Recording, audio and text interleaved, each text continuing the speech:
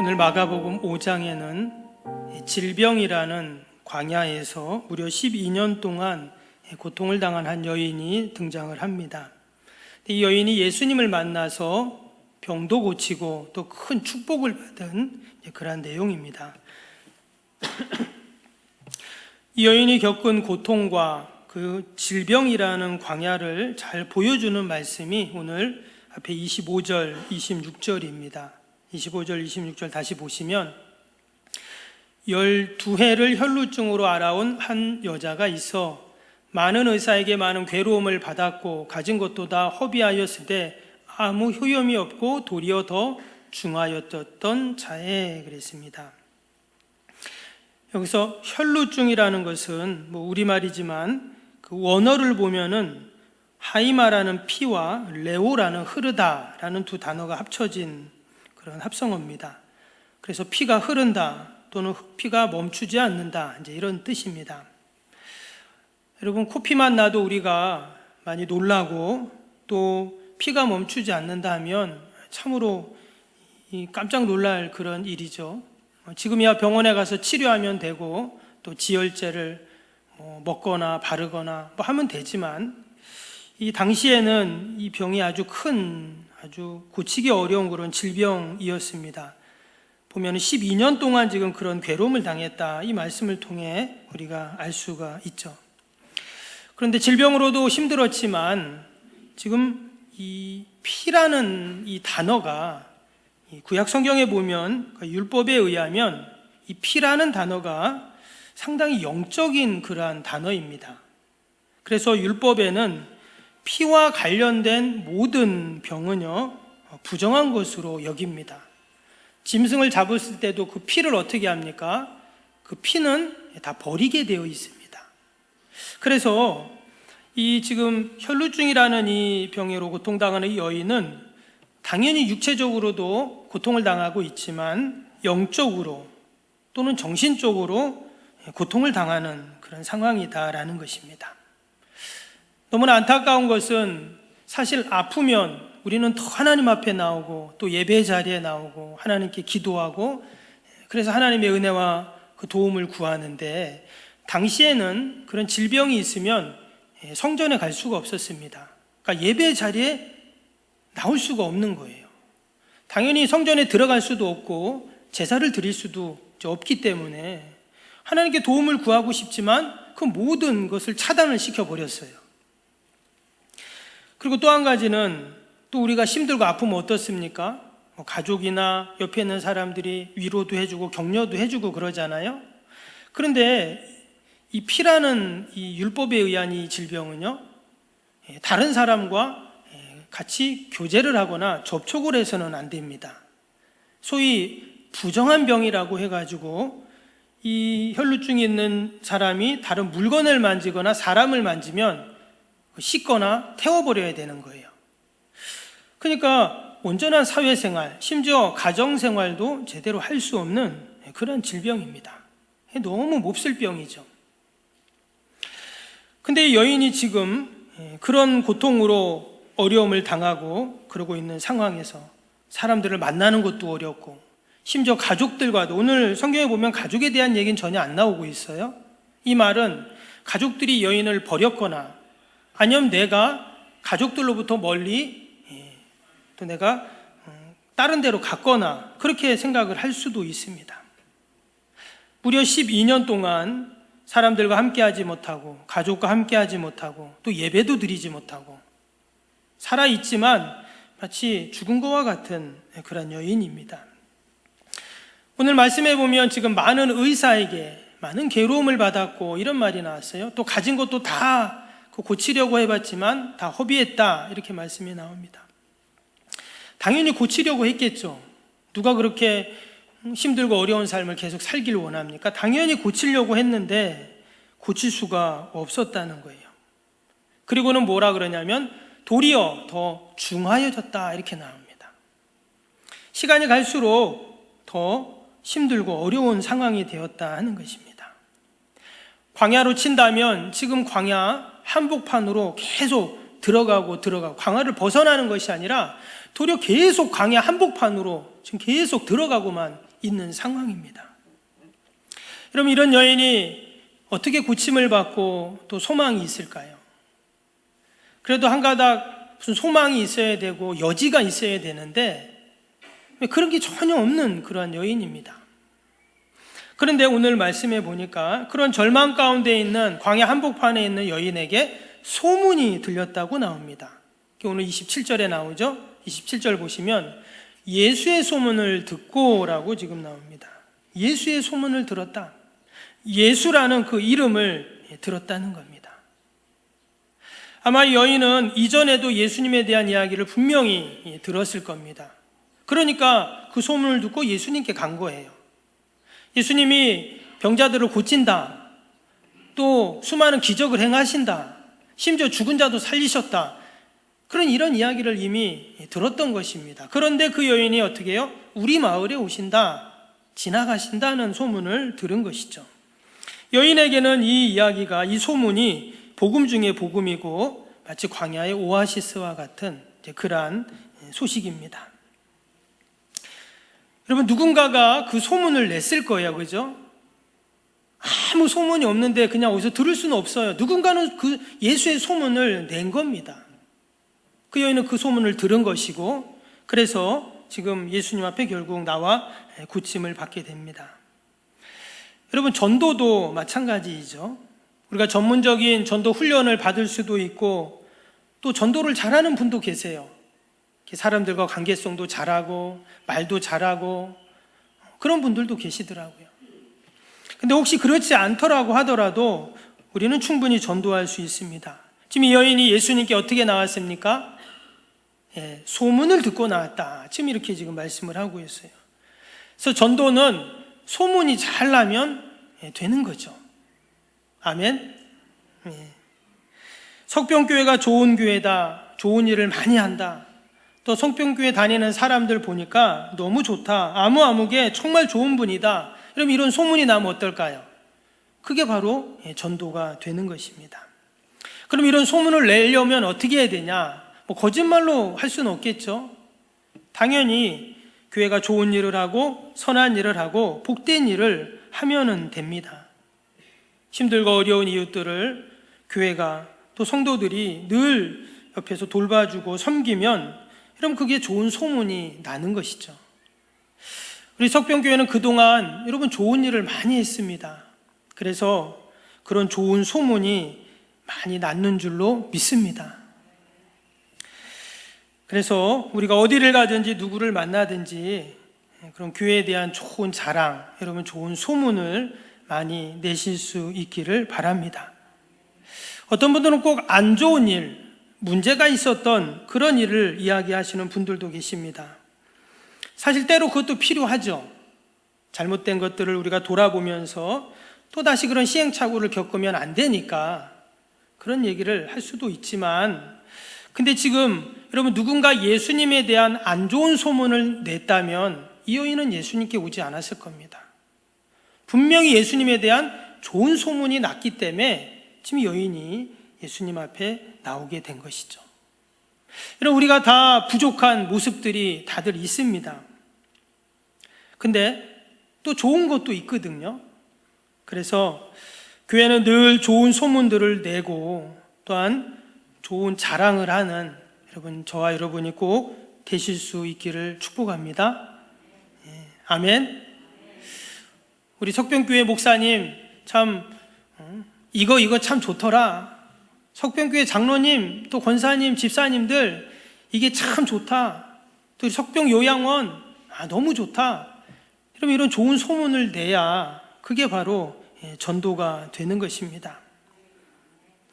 저와 여러분이 늘 좋은 소문 내는 저와 여러분 되시기를 바랍니다. 안 좋은 소문 내는 분은 끝까지 추적을 해가지고 찾아냅니다. 누가 그런 얘기하는지 저는 다 압니다. 새벽마다 제가 기도해요. 그 입술을 하나님께서 만져주셔서 늘 예수의 좋은 소문을 내는 그러한 입술로 바뀌게 해달라고 기도합니다. 저희 교회는 좋은 게 너무 많습니다. 많죠? 너무 많은 교회입니다. 이 아름다운 자연 속에서 지금까지 힘들고 어려운 이웃들을 우리가 어르신들을 섬기고 돌보고 지역을 위해서 헌신했던 좋은 일들을 많이 했어요. 우리가 그런 것들을 자랑하고 또 이후로도 하나님께서 주실 은혜들을 더 우리가 사명하면서 또 우리가 사명을 감당해야 할 줄로 믿습니다. 오늘 이 여인이 예수님을 만나서 마지막 34절을 보겠습니다. 34절에 보니까 예수께서 이르시되 딸아 내 믿음이 너를 구원하였으니 평안히 가라 내 병에서 놓여 건강할지어다. 아무 소망이 없었던 여인이었습니다. 가족들로부터 이웃들로부터 심지어 성전에도 갈 수 없는 그런 여인이었지만 예수님께 나오니까 예수님께서 이 여인에게 구원을 허락하시고 또 평안히 가라 하는 축복을 허락해 주셨습니다. 여러분, 예수님께 나오면 소망이 생기고 예수님은 반드시 우리의 문제를 해결해 주시는, 구원해 주시는 우리 주님이신 줄로 믿습니다. 내가 광야 한복판에 있지만 예수님을 만나면 축복의 한복판으로 분명히 바뀔 줄로 믿습니다. 그런데 우리에게 이 광야의 문제가 축복으로 바뀌기 위해서 우리들이 꼭 해야 할 일이 있는데, 오늘 28절 다시 한번 보시면 28절에 이는 내가 그의 손에만 손을 대어도 구원을 받으리라 생각함일러라. 여인이 지금 생각한 것이고 여인이 자기 자신에게 마치 독백처럼 한 말입니다. 내가 그 예수님의 옷에만 손을 대어도 구원을 받으리라 생각했다는 거예요. 지금 이 여인이 뭔가를 생각을 했는데 이 생각은요, 당시의 문화, 당시의 상황 속에서는 부정한 생각입니다. 왜냐? 지금 이 여인이 앞에도 말씀드린 것처럼 다른 사람을 만지면 안 된다 했죠. 왜? 부정한 병에 걸려 있었기 때문에, 율법에 그렇게 적혀 있기 때문에 다른 사람을 만지면 그 사람도 부정해지니까 지금 이 생각은 잘못된 생각이라는 거예요. 부정한 생각인 겁니다. 예수님을 만나 이 생각이 믿음의 생각이라는 것을 확인받았지만 그 전까지는 어때요? 부정한 생각이라는 거예요. 근데 이 여인이 분명히 당시의 문화 상황에서는 부정한 생각이고 황당한 그러한 생각이지만 그럼에도 불구하고 예수님의 옷자락을 이제 만졌죠. 여러분, 믿음의 출발이 여기서부터 이제 시작이 되는 겁니다. 생각이 변했어요. 이전에 그냥 계속 자기가 살아왔던, 처해 있던 그 생각과 상황에서 지금 벗어난 거거든요. 사람들은 그게 부정한 생각이고 잘못됐다라고 뭐라고 막 하는데, 그런데 생각을 변화시키니까, 그 율법에 갇혀있지 않으니까 어때요? 결국은 거기서 말하는 율법은 당연히 유대인들의 전통적인 율법도 되지만 당시의 습관, 가치관, 고정관념, 또 사람들이 만들어 놓은 틀이기도 합니다. 거기서 벗어나니까, 과감하게 벗어나니까 그 생각이 믿음의 생각이 되었다는 거예요. 그리고 우리도 그럴 때가 있잖아요. 야, 이거 되겠어? 이거 안 되겠네? 큰일 났네? 죽겠네? 여러분, 이런 얘기할 때 있잖아요, 우리도. 근데 여러분, 이런 부정적인, 또 패배주의적인, 심지어는 실패하는 생각, 이런 생각들이 어떻습니까? 결국은 나 자신을 그곳으로 계속 몰아가는 것이죠. 근데 믿음의 법칙은 어떠냐? 이것은 세상에서 말하는 마인드 컨트롤하고는 다릅니다. 할 수 있어? 하나님이 도와주실 거야? 하나님이 함께 하시니까 문제 없어. 우리가 이런 믿음의 생각들을 가지게 되면, 그것이 긍정적인 생각이라고도 하지만 우리는 그걸 믿음의 생각이라고 하는 거예요. 그 믿음의 생각이 어떻게 됩니까? 결국 믿음의 행동을 만들게 되고 믿음의 열매를 그렇게 만들게 된다라는 것이죠.